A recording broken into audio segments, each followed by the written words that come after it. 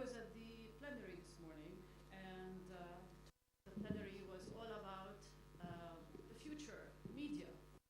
And I was sitting there thinking to myself, wondering why in the media world they keep finding solutions, and now they talk about the cloud something or another. Up there, I didn't catch all the terminology. So they must have reached very, very high, and yet here we are. Somehow pondering and appear to be stuck in the past. Why can't we move forward? Well, also from another perspective, this conference talks about tomorrow, and particularly about the future of Israel in this changing global world, and so forth and so on. Yet this panel is more limited in scope. But I would say, and I would argue, that the future of Israel and Palestine are so intertwined, and we really are, if we think in terms of solutions, and I'm not here to give any solutions, I don't know the solution. I've been involved in the peace process in different capacities for 8 years, and I cannot tell you what would be the solution, but I can tell you one thing, that in so many sessions we were that close.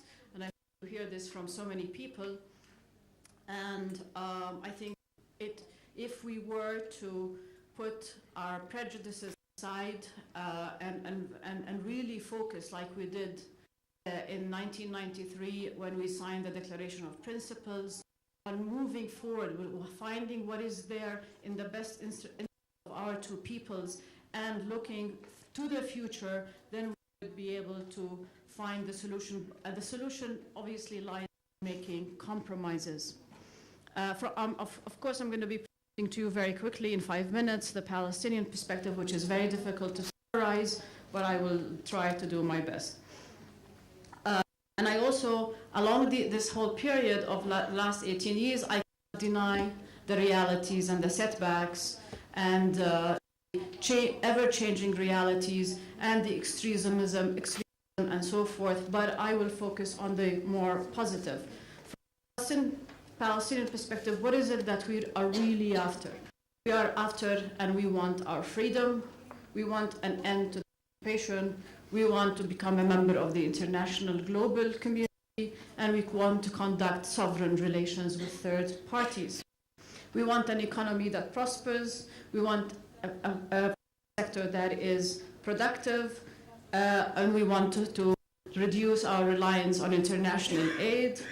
And on a personal note, I want my West Bank friends to visit in Jerusalem. I'm a Jerusalem resident, and I live not too far from here.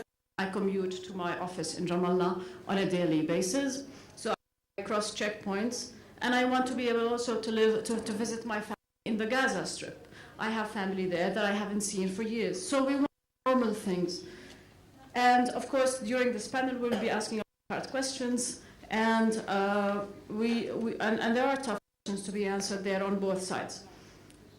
How do we see it from an Israeli perspective in terms of the negotiations? When I look and examine the last 18 years, I feel that Israel does not have a sense of urgency associated with finding a two-state solution or reaching a two-state solution. That sense of urgency has not been there across successive Israeli governments. So I often ask my counterparts, what is it that Israel wants?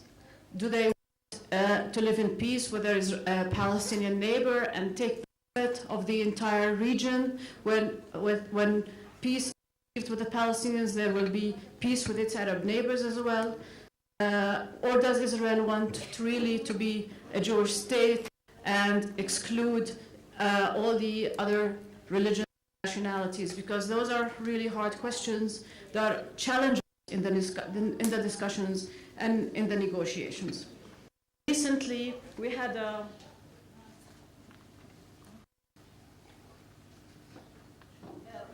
leak of our the so-called Palestinian papers. I don't know how many of you looked at them.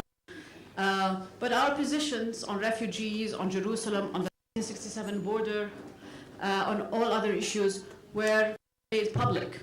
And from our perspective, those are starting points for negotiations. And we want to engage Israel in negotiations, in real negotiations, not in a process of negotiations, a process that will take years. I see that my time is up. As I said, this issue is so complicated. I cannot really sum it up in 5 minutes. And I think I will leave it all to the question and answer. Thank you very much.